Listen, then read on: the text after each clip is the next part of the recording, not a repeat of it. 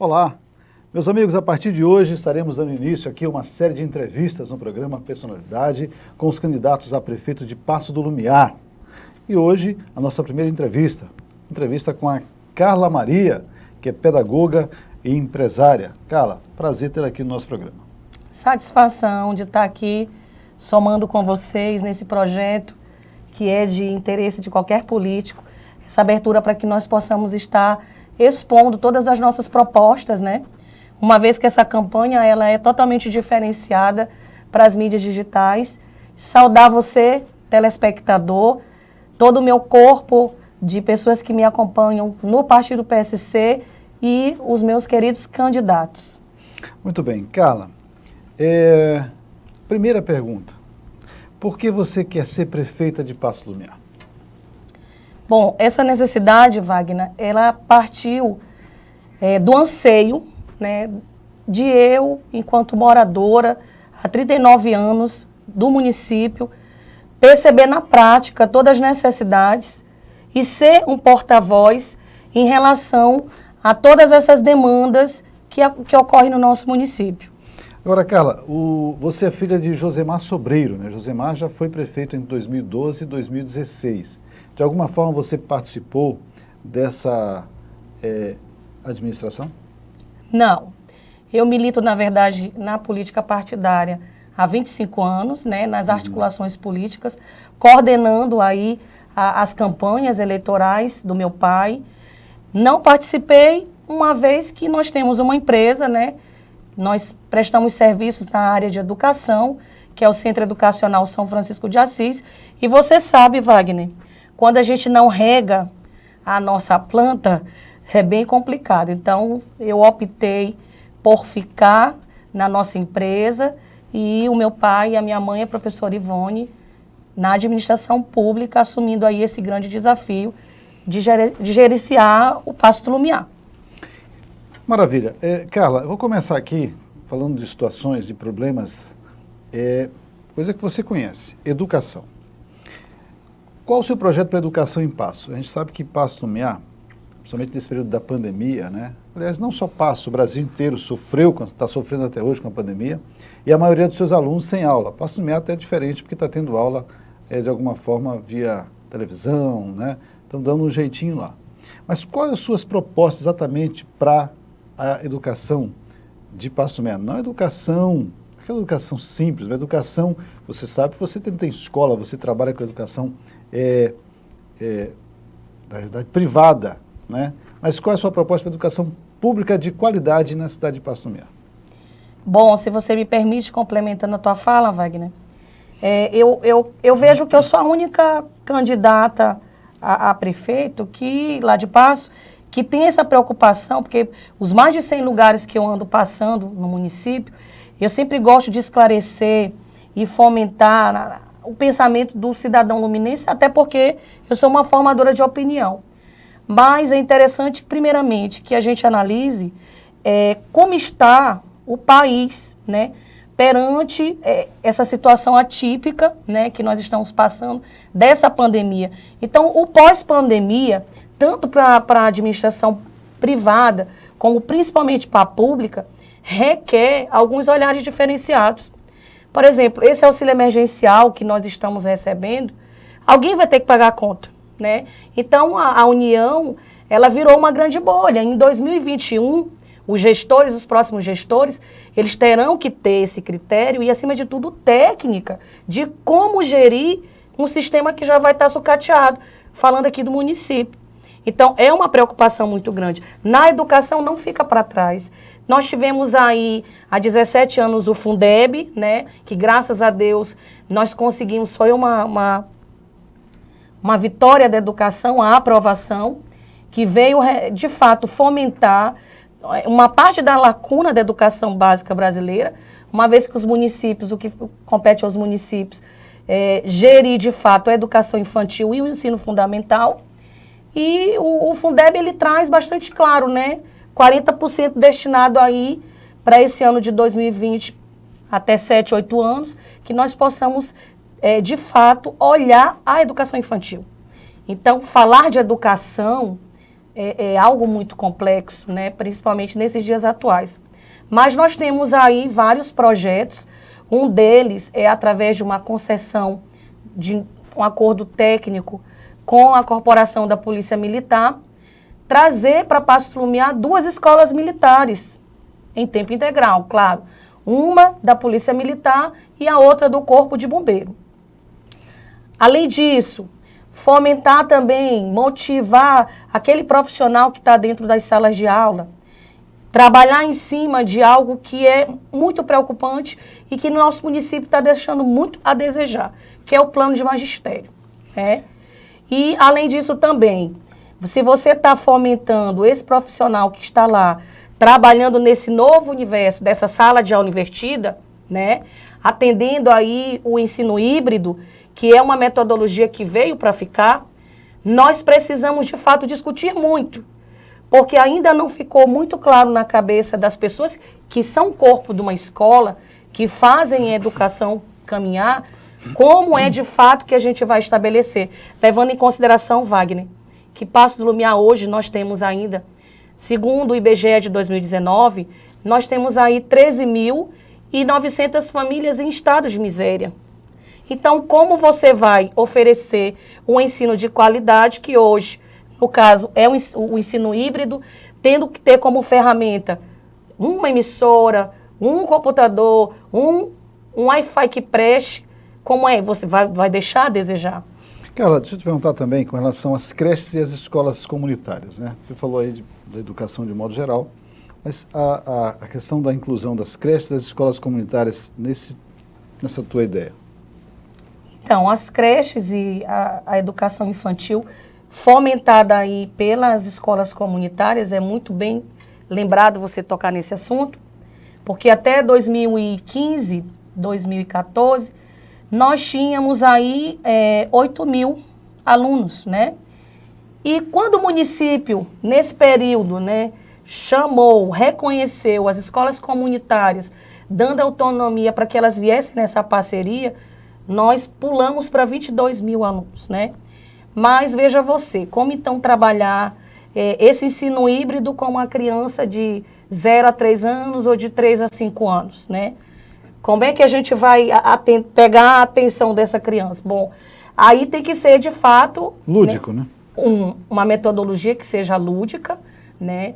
Fazendo aí um equilíbrio entre o digital e o presencial, porque todas as escolas, elas passaram por uma capacitação, né? Tanto do Sindicato das Escolas Particulares, aqui falando do particular, como também da rede pública, direcionados pela Organização Mundial de Saúde, aonde foi criado um protocolo, né?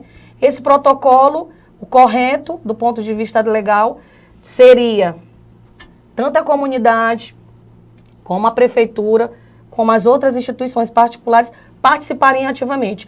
Paço do Lumiar, eu não vi acontecer isso, viu, Wagner? E eu deixo aqui a minha preocupação em relação a isso. Ok. Vamos falar de saúde.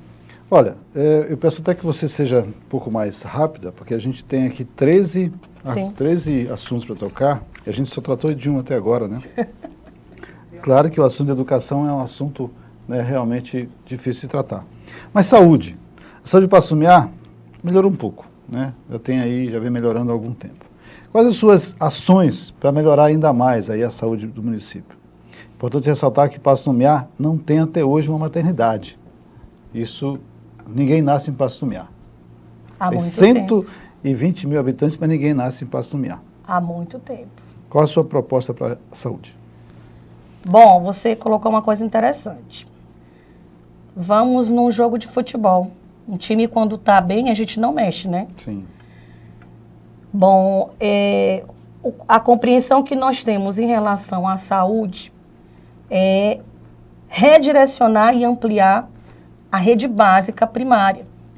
E aqui eu faço um parêntese em relação às unidades básicas de saúde. Nós temos 15, só 7 funcionando.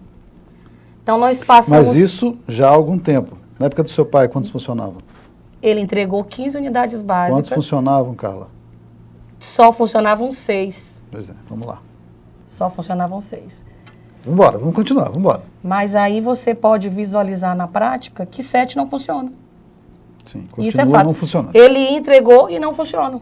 Existe fisicamente um prédio que deveria ser trabalhado. Passou aí por essa situação da Covid. Sim. Nós recebemos 20 milhões e 100 mil. Porque não foi utilizado para ampliação das UBSs. E além disso, a gente pensa também, voltando à proposta aqui da Carla Maria, além da gente ter esse atendimento ampliado da atenção primária, da saúde, é porque a gente compreende que a medicina é prevenir, né? Então, se a gestão ela for pautada na prevenção, a gente tem muito maiores resultados. Então, a gente pensa em quê? Intensificar o atendimento das 15 unidades básicas de saúde, trabalhando com os rodízios de profissionais, tá? Com um calendário fixo dentro de cada área que elas estão situadas, tá?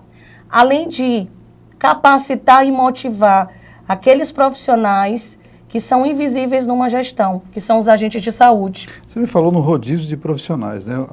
Talvez um dos grandes gargalos da saúde no Estado, né? De modo geral, Sim. são os profissionais da saúde, principalmente os médicos, né? Sim.